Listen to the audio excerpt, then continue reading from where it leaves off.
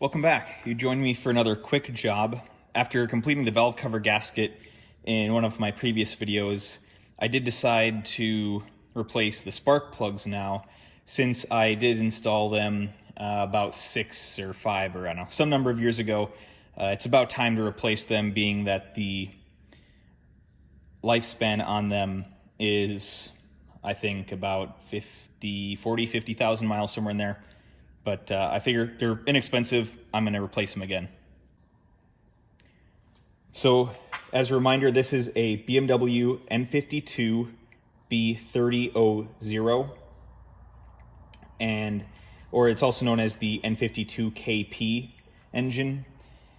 This is a 2007, a mid-2007 engine with about 103,000 miles on it now. The tools you're going to need for this job are really minimal. You'll need a good 3/8 inch drive ratchet with a 6-inch extension and a 5/8 inch socket. It can be a spark plug socket or any deep well socket will do just fine. And if you have one, a 3/8 inch drive torque wrench. The parts you will need are appropriate spark plugs. These are what I chose to go with this time. These are NGK Iridium plugs. I'll pop up the part number right now. So again, these are the LFR6AIX-11 or the stock number 6619. These are pre-gapped, so you don't have to touch the gap on them. However, I did decide to measure them all with a feeler gauge. These two were both 42 thousandths. These ones were all 42 thousandths, except for one of them seemed a little on the small side. Based on their NGK number, these are supposed to be 44 thousandths, but I mean 2 or 3 thousandths, I'm just going to call that within the error of my ability to measure. So step one is to remove the engine cover.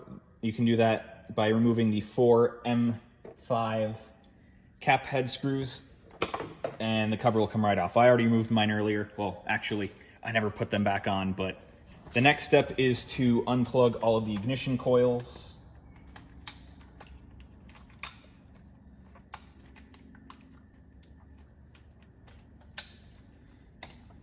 If you know that your ignition coils have not been replaced for a long time, or if you don't know when they were last replaced, it isn't a bad idea to change them now, because these do have a tendency to fail.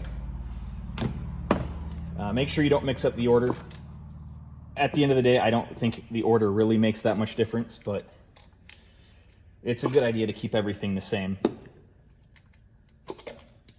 Another thing to consider is that some people do this job by removing all the spark plugs and then replacing all of the spark plugs. Other people think that you should only do it one at a time, so you minimize the chance of anything falling into the engine. I understand both sides of it. I don't think it really makes too much difference. I'm going to be doing them one by one today. I'm just going to go into a time lapse now of me removing all of them and reinstalling them.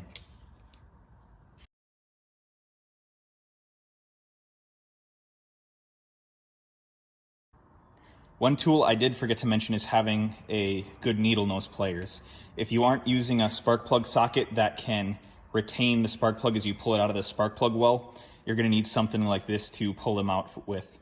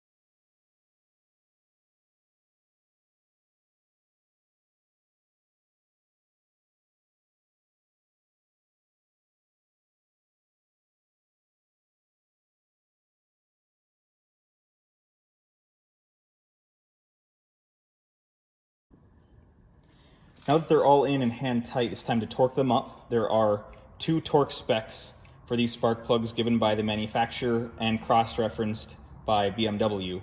The first one is a true torque spec, which is 25 Newton meters to 30 Newton meters. Anywhere within that range is okay.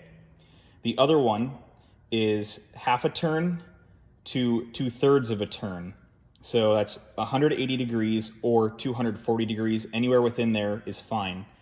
The reason why they give the 2 torque specs is because if you're not able to get a torque wrench into one of your cylinders, if you have an engine that doesn't have as good of access as this, and you can only do it by angle, you can do it that way. I'm going to be doing it by torque today, and I'm going to do it at 27 Newton meters, or the closest value I can get, because that's right in the middle of the range for the torque spec of 25 to 30. Okay, I've got my torque wrench set, and I'm going to begin to do it 1 to 6.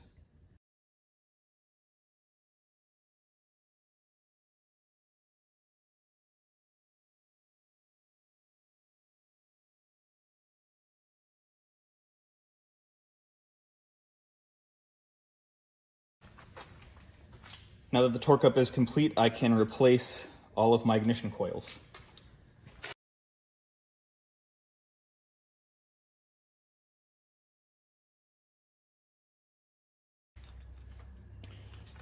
One thing you have to be careful of is when installing these ignition coils, if you don't get that nice satisfying pop when they seat, go back and make sure it's properly seated, because you might be experiencing a lot of misfires if you don't do that. So it should sound something like this.